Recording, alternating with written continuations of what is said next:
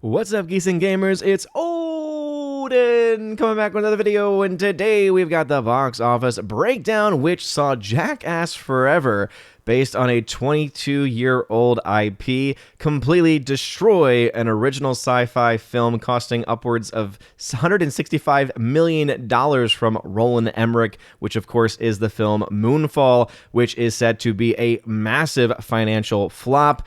Jackass Forever, that's right, came in at number one in the weekend with $23 million domestically. Still waiting on some of the foreign numbers for both Jackass Forever and Moonfall to see truly who won the international battle, as Moonfall was released in a lot more countries than Jackass Forever. But will the strong performance from the domestic marketplace of Jackass Forever be able to still have the film be over that of Moonfall? We'll have to wait and see. But before going any further into these numbers, and also what we have coming out of Spider-Man No Way Home after 50-plus days of release, please make sure that you smash that like button, line up that fire button if you're watching us over on our Odyssey channel, and also make sure that you are subscribed to the channel with that bell notification turned on. That way you know every time a new video or live stream goes live on the channel. So as you can see from Deadline, far left organization here, it says how Jackass Forever thrived in the TikTok era with a $23+ million opening, and Moonfall fell out of orbit at the weekend box office Sunday post-mortem, as Anthony D'Alessandro says here. Now, of course, you all know I've been very critical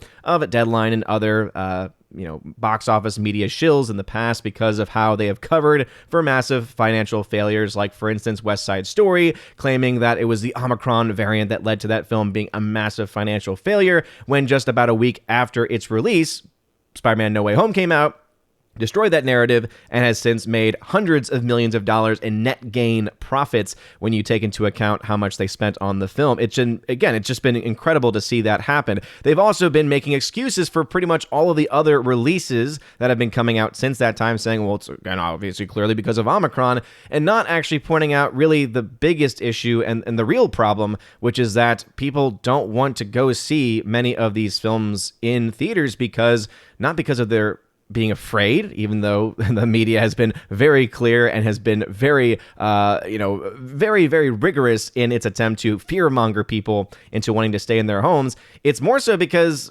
of Spider-Man No Way Home showing people are willing to go out and brave, right, the fear.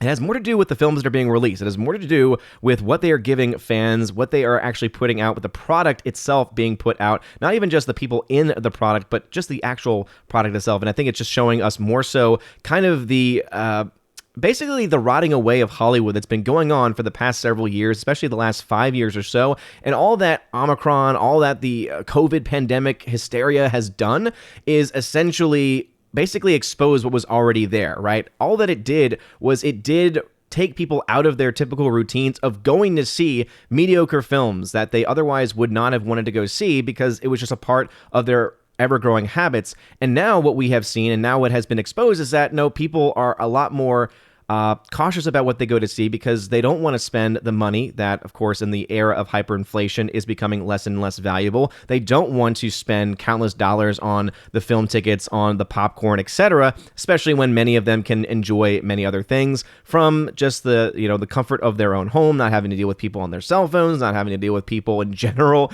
just being human beings and destroying the film-going experience, or the theaters themselves not keeping up with having the seats in good condition or the sound in good condition, etc. Obviously we've had a huge influx of televisions and sound systems, right, that have been able to essentially have people be able to create a theater-going experience at their own houses.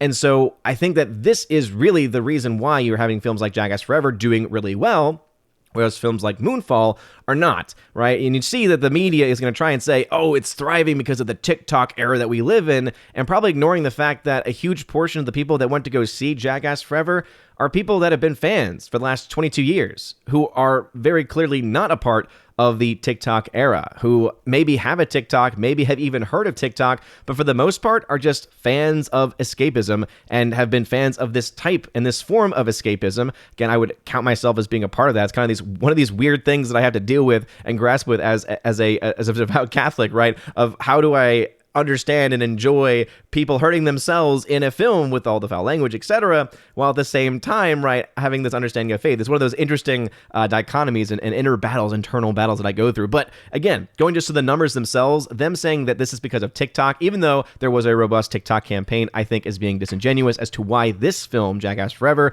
is doing so much better than films like Moonfall, but also even going back several weeks, right? This film completely decimating, even just in its opening weekend domestically, has made more than the 355. And the 355 is a film that features some pretty big name actresses, right? That actually features some pretty high names there. And so the fact that this film is doing as well as it is, I think more so speaks to the content that people are willing to spend money on, more so than the so-called TikTok generation. But as you can see, it points out here, the fight between the 22-year-old reality brand and the over-the-hill disaster genre. That's the other thing, too. I talked about this on my own channel yesterday, OMB Reviews, about how they're also now trying to say, oh, the disaster genre, it's just, people don't go to see those anymore. And it's like, wait a minute, but they do, right? Obviously, there's different kinds of disaster genres. I think that someone actually in the comment section pointed out saying, well, why is it then that you actually have zombie flicks and things like that doing incredibly well? Like, dystopian films are still doing well. But then I gave the example of even just going back to 2015 to a film like San Andreas with Dwayne "The Rock" Johnson. You know, despite his recent comments and his stupidity in the whole Rogan situation, I think that film itself shows you that, no, people are willing to go see films, right? That film actually made profit. That film actually made a pretty handy amount of net gain and net profit, and that was even just back in 2015. So to try to argue that this has to do with the film and the genre of the film and not actually the story that's being presented in the trailers or the marketing campaigns, or not being able to grab people with interesting new ideas, I think that is a mistake being made by the media here, because again, Moonfall is going to be getting probably a couple of reactions in the comment section of this video and also on the fuller breakdown that I do on my channel later in the day. And that is going to be most people saying, what the heck is Moonfall? Never heard of it before. Or two, yeah, I saw the trailer and said to myself, meh, nothing really is grasping me about either the story or the characters or the actors that are involved in the project. So again, the content is what's most important here, not the genre, not the other things that are going to be, again, continue to be used as excuses. So as you can see, Jackass Forever, though, domestically made $23.5 million versus Moonfall's $10 million. Still waiting on the foreign numbers for those films to come in. And just to give an idea, Jackass Forever only really released in a few other marketplaces, right? Obviously, we have the domestic numbers, which would include Canada. We don't have numbers yet for the UK, for Mexico, for Ireland. So not a whole lot of other places, but this film has made enough domestically to where it'll break even when these numbers get released. Basically, even if this market only gave it $5 million, which I expect it to be a little bit higher than that. If all these markets together that came out this past weekend give the film at least $5 million, the film breaks even. So the fact that it's looking at a break-even weekend, opening weekend, during the midst of the Omicron variant is again, quite impressive, and I think just speaks to where we currently are in it. Whereas with Moonfall, it has released in a lot more, a plethora of other countries. And so maybe because of it having more countries to be released in could end up leading to Moonfall doing better. But I just don't think necessarily it's going to happen just because of how strong the domestic release has been for this film. But as you can see from this article, it goes on just to continue this nonsense. To its benefit, Jackass brand was never beaten as hard over the course of its 22 years like the disaster movie genre at the box office. That's a contributing factor here in the weekend win. Again, I think that they're trying to find reasoning and understanding in places, and again, just missing the script, right? Missing the actual truth of the scenario, missing what's actually going on, because they're blind to it, right? It's one of these things where they don't recognize their own bias, that it's not, again, about the genre of the film as to why this specific film, Moonfall, is doing poorly. It's because it's just not, based on trailers and based on marketing, telling an interesting enough story to justify, one, its incredibly massive, insane budget, and two, people actually going out to see it. So going to the numbers, right, one of my favorite favorite sites to look at this stuff.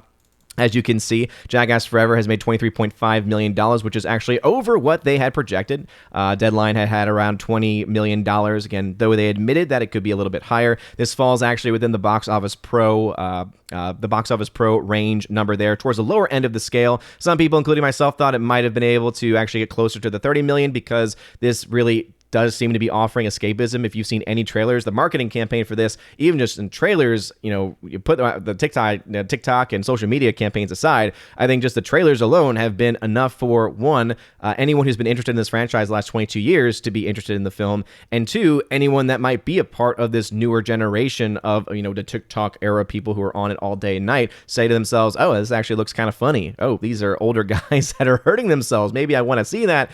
But even then, I just, again, it's hard for me to think that out of that $23.5 million that this film made, that is going to be from kids or teenagers, right? Or young teenagers, or, that 18 to 20 demographic. I think that most of the audience is going to be older, right? People who are more so in their 30s or 40s, people like me who, again, in their early 30s, grew up with this stuff through middle school and high school, and are going to be the biggest majority of the audience for this film. I think that is really where you're going to find. And then also that typically tends to be the market that spends money, which is, again, that key demographic that they always try and get, kind of like that 25 to 40 or so demographic there. I think that's what's powering this film ahead, at least domestically. So number one weekend for Jackass Forever.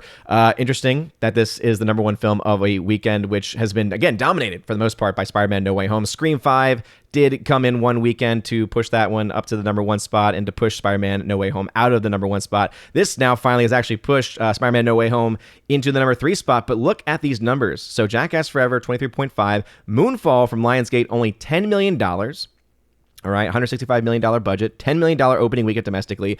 8 weeks in, Sony Pictures, Spider-Man No Way Home, $9.6 million, a 13% drop from last week, only dropping 75 theaters. In its 8th week of release, only a 13% drop. Incredibly strong numbers continue to come in for this film. This film very much is going to be crossing the $1.8 billion mark. So really the question is, how high does it go? Does it go to 1.8, 1.85, 1.9? I mean, how far do you think that this film really will get pushed? All again without a Chinese communist release. So this is, again, very impressive Spider-Man No Way Home to even be, again, because these numbers typically adjust on that Monday after for actual numbers that, again, these are estimates, and typically the actuals are very, very close. But it'll be interesting to see if Spider-Man No Way Home does actually creep up into the number 2 spot, because of just how close these films actually are in their release. Scream 5 dropped to number 4, the 35% drop, $4.7 million there. Sing 2, again, this film made another like $20-30 million, which is kind of insane when you think about it. Again, it's just,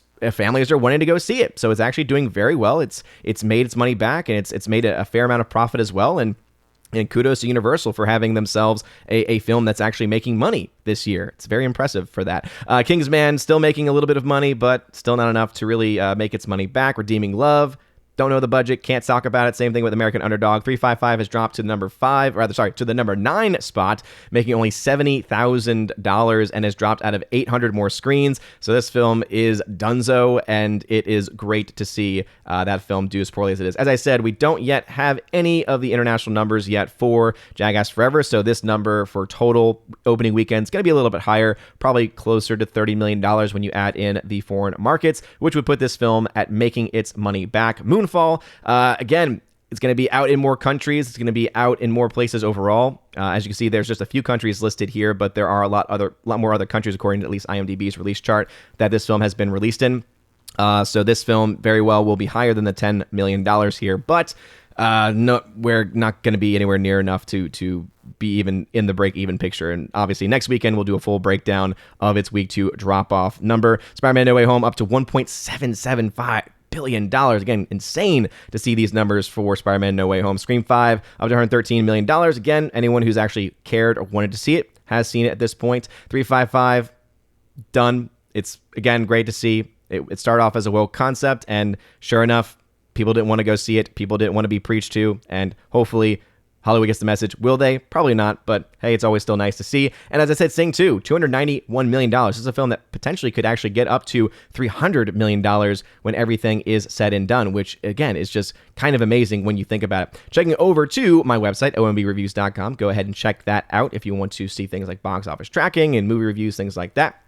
But going into the numbers here, let's see if we have ourselves these numbers updated. So as you can see, I've updated in this column. So right now, Jackass Forever, based on its $10 million budget, and so therefore adding marketing campaign, this film needs to make $25 million to break even. Again, 2.5 times the budget. So right now it's looking at a $900,000 loss. So this film is right at the break-even point. I've actually added another category that is not on this current table. I'm going to adjust this in a little while, where basically I give you the multiplier. So where the current box office stands against its budget. A film gets to that 2.5 multiplier number means that the film is breaking even, right? That's like the most common number we see for break even. So this film is right at 2.4 times its budget. So very much going to break even once those foreign numbers come in. Moonfall, on the other hand, is around 0.1 of its budget.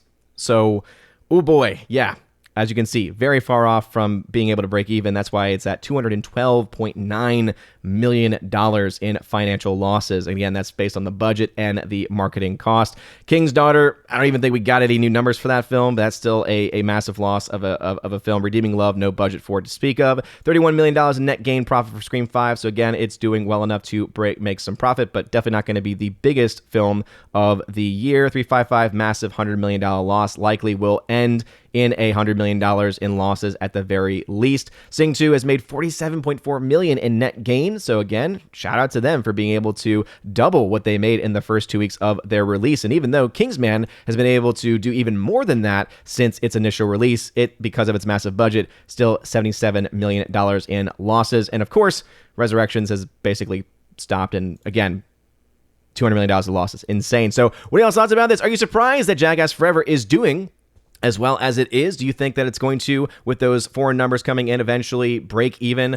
this weekend? I think that, again, it's essentially a guarantee at this point. Also, do you think Moonfall has any place really in our current world and in our current generation of films? Do you agree with Deadline that this is about the genre being overdone? Or do you think it has more to do with what I've been saying, which is that, no, it's not the genre that people are caring about. It's the story that's actually being told. It's whether or not the marketing for the film is going to be done in a way where it's going to entice people to say, because there are tons of sci-fi fans out there who are consistently going back to watch classics like Alien or Aliens or Terminator 2, right? They're going back to watch those films over and over again because they love the sci-fi genre. And I think that if you go back to some of the even more classic disaster films too, people will go back and rewatch those because there is a better story in those films, or because there is just something nostalgic about those films, because they are able to play the genre the way that it needs to be played. So do you agree that it's a genre issue, or do you think it has more to do with just a lack of ideas? And